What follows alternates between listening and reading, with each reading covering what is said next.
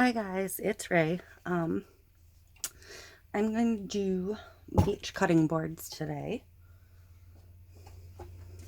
using sea paints and resin.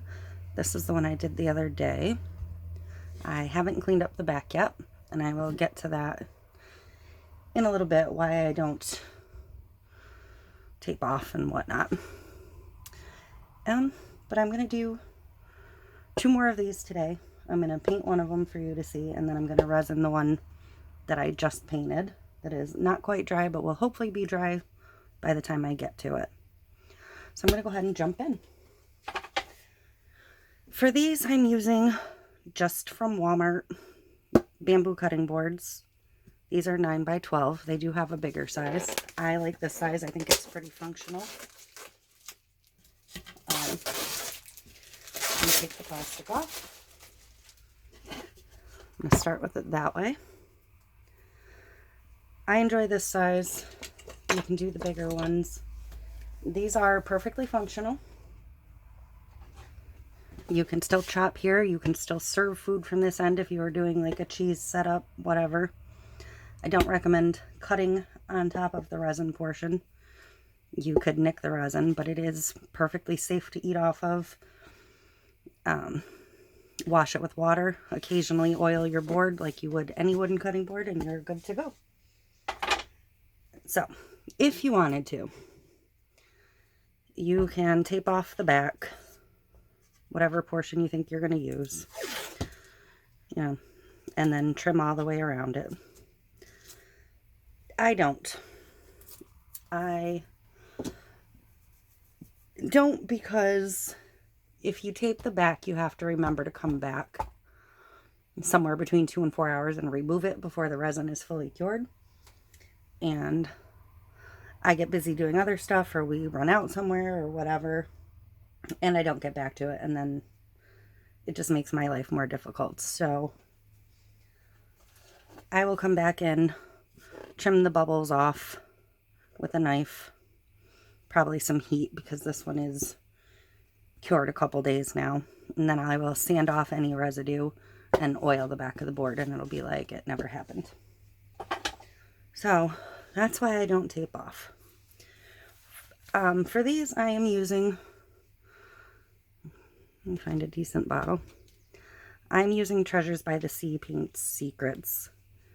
I have a bunch of different blues going on, 2 browns, and I will be using a white also. You can use whatever paint you're comfortable with. These are just the paints I prefer. They're the paints I use. So I'm going to go ahead and get started with the paint part. 2 different browns. You can use one. You can use none if you don't want any sandy look. Whatever works for you. So I'm going to kind of decide where I want my sand line to be. The one I painted this morning is a little smaller than the one I did the other day for the covered part. And I'm going to do the other brown. You can put your paints on something else and work from that if you want. I prefer to just put a thin strip on. And my blues, I'm going to go from darkest to lightest. Sometimes I use 2 or 3 blues, sometimes 4, 6. This time I have a bunch. But I'm trying to use the exact same colors I did on the first board, so. Getting a little heavy-handed, so I'll try and do a couple of these thinner.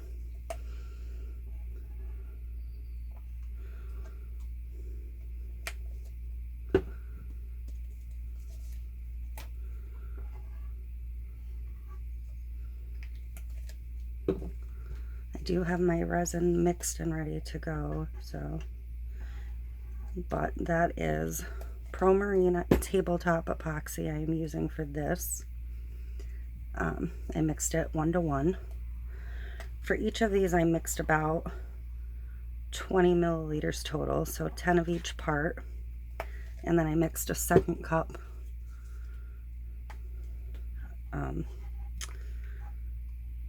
to put the white in. So I use chip brushes for these. You can use whatever brush you're comfortable with. These are just inexpensive and I have a lot of them on hand. So I'm going to start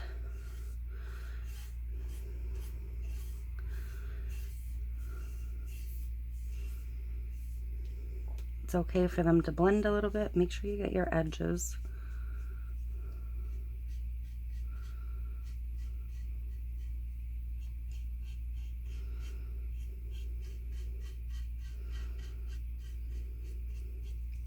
And do the inside of the handle parts, approximately where the colors are for each section of color that runs through the handle.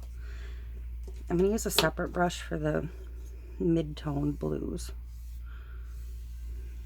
And it's okay if you get some of the brown mixed in.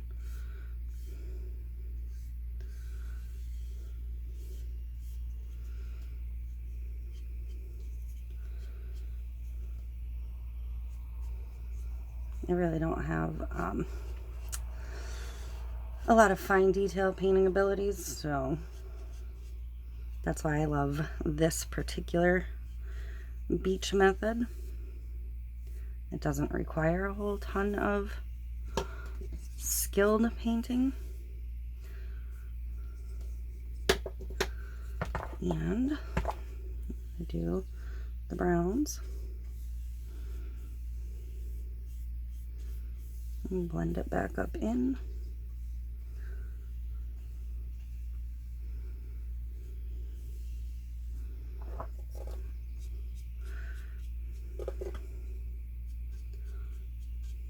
Now, I know it doesn't look like much right now. Believe me, I know. I do want to just look at the back a little bit. Make sure there's not a ton of drippage. That's not too bad, but if you want, you can, if you haven't taped, you can just take a baby wipe and wipe off some of the excess.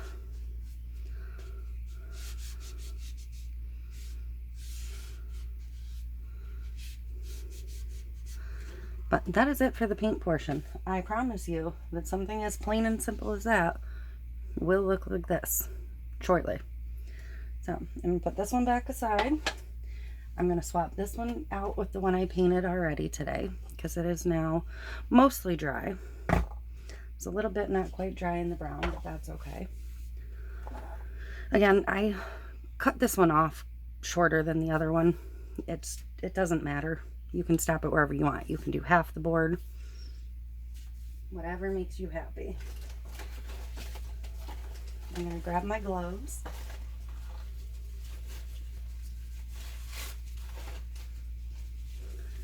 I don't want to handle the epoxy without gloves.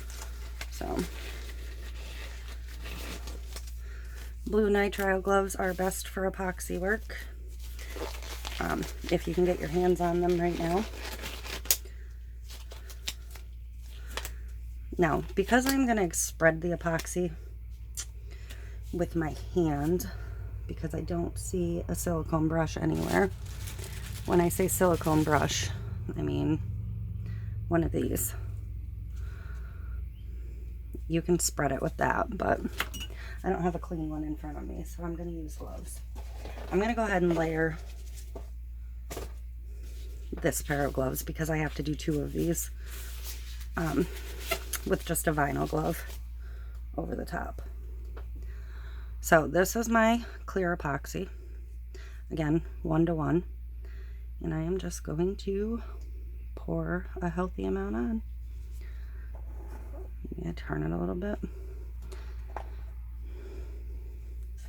I just have this balanced on some medicine cups, so, but I don't want them touching where the epoxy is going to flood over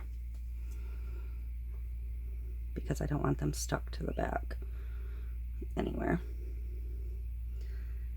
And try and keep it as close to your paint line as you can.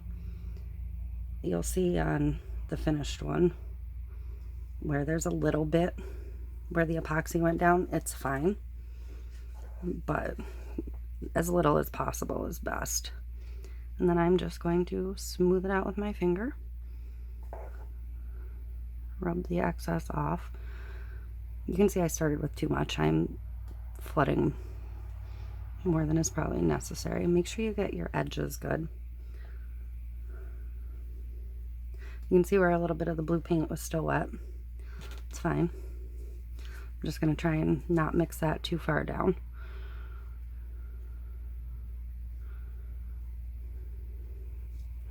All the way around my edge. And then I'm going to make sure the center of the handle is coated. That's where there is a lot of epoxy, or a lot of wet paint still. But it's fine, because that's the last part I'm going to touch with that. Okay. So I'm going to strip that glove off because I'm done touching the resin for now. And I did drip on the board. That is something you want to watch out for. If you do that, get it with a baby wipe immediately, if possible, so you don't have to clean up that part. For the white, I'm going to see if I can get some of this white paint out. This is almost empty, so it's a struggle. I'm going to take this stick out. I'm just going to go ahead and dip into the bottle. It doesn't take a lot. Let's see what I did there. Not paying attention. So I'm going to baby wipe that white paint off.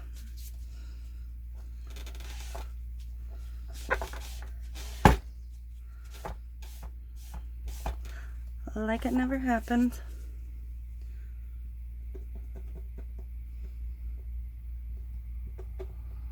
When you're mixing paint into the resin, you don't want to use too much because it will get stringy, and you don't want that.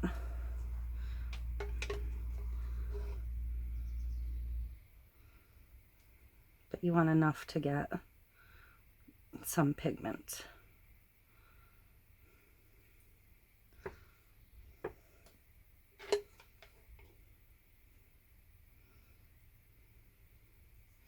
That'll work. Okay.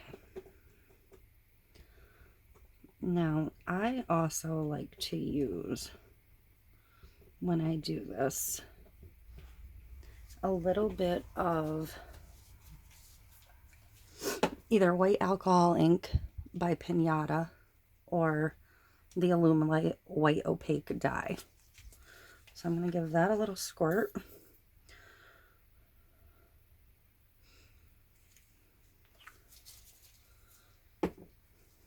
And mix it up.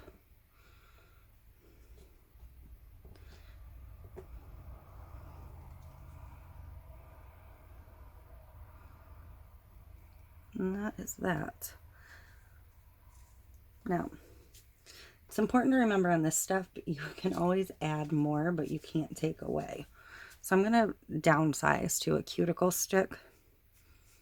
And I'm going to start running lines of white. And it's okay if you get little drips here and there. It's not going to hurt anything.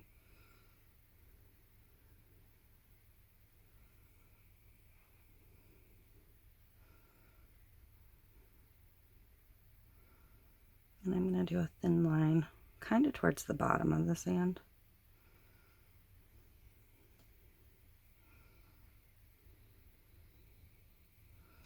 Okay, so I'm going to start with the heat gun.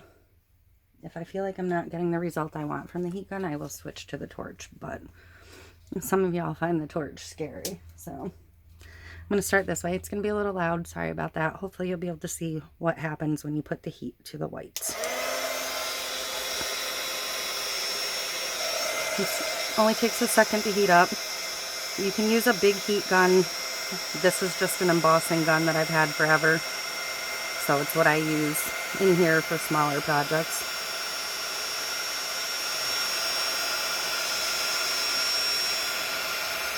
The heat gun will make the white spread more than the torch would.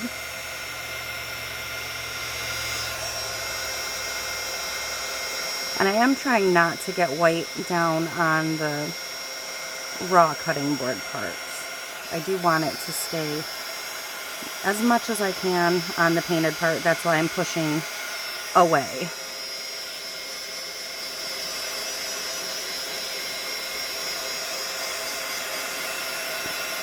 But you can see the heat creating the cells and lacing like foam from the ocean.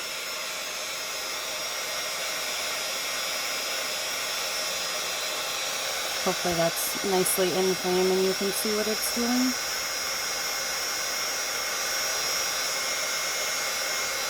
And it's okay to push some off the edges, especially if you have more white in a spot than you wanted.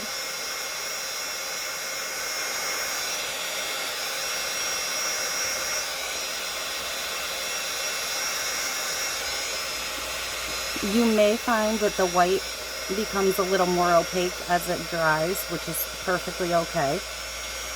If you find that you want more layers of white, once it's cured, you can go back in and add layers.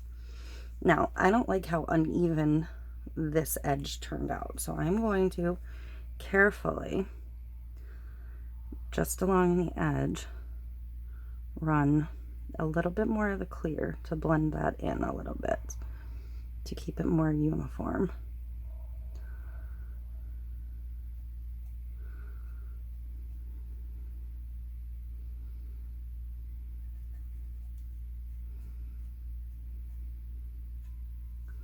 But that is it. It's really not that difficult.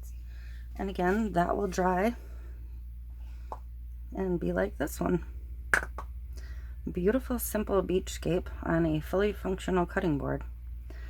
So if you have any questions, you can ask me here down in the description.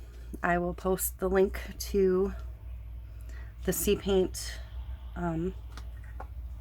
website and their main Facebook group. I'm going to bring back in the second one. If you find you have any bubbles, you might want to go in and torch it quick. When I say torch, I mean just a little handheld torch. When you're torching versus using the heat gun, you move fast.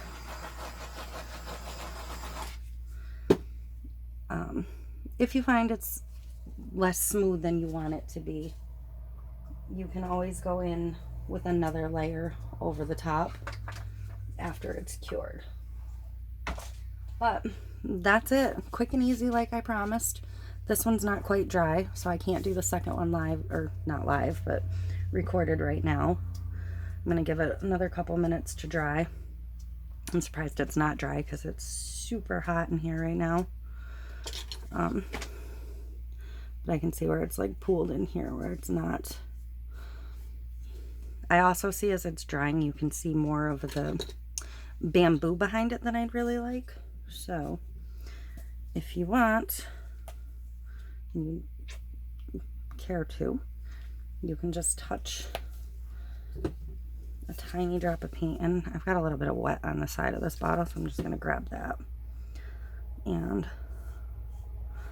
fill those spots in again. Simple as that. So again, any questions, feel free to ask. I will try to get back to you as quickly as possible. Sometimes I don't get notifications. Thanks for watching. Please like and subscribe, and if there's anything you wanted to see a tutorial on, I can't do lives in any of the groups. I have to do YouTube and upload them when I can, so it would be done that way. But let me know. Thanks. Bye.